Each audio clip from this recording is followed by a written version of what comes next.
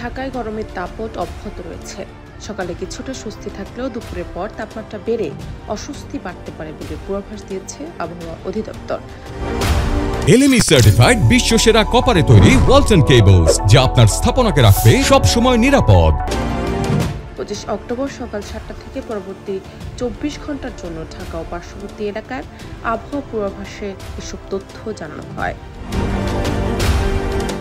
আবহাওয়া অধিদপ্তর জানিয়েছে, আজ আকাশ অস্থায়ীভাবে আংশিক মেঘলা থাকলেও সারাদিন আবহাওয়া শুষ্ক থাকবে।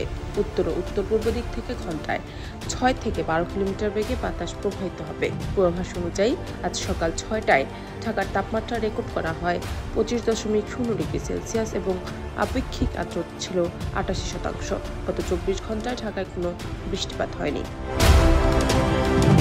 দেশের অন্যত্র আংশিক মেঘলা আকাশ সহ আবহাওয়া শুষ্ক থাকার সম্ভাবনা রয়েছে। এ সময় সারা দেশে দিনের তাপমাত্রা প্রায় অপরিবর্তিত এবং রাতের তাপমাত্রা সামান্য কমতে পারে বলে পূর্বাভাসে উল্লেখ করা হয়েছে। জানাত দীপু, দেশ রূপান্তর।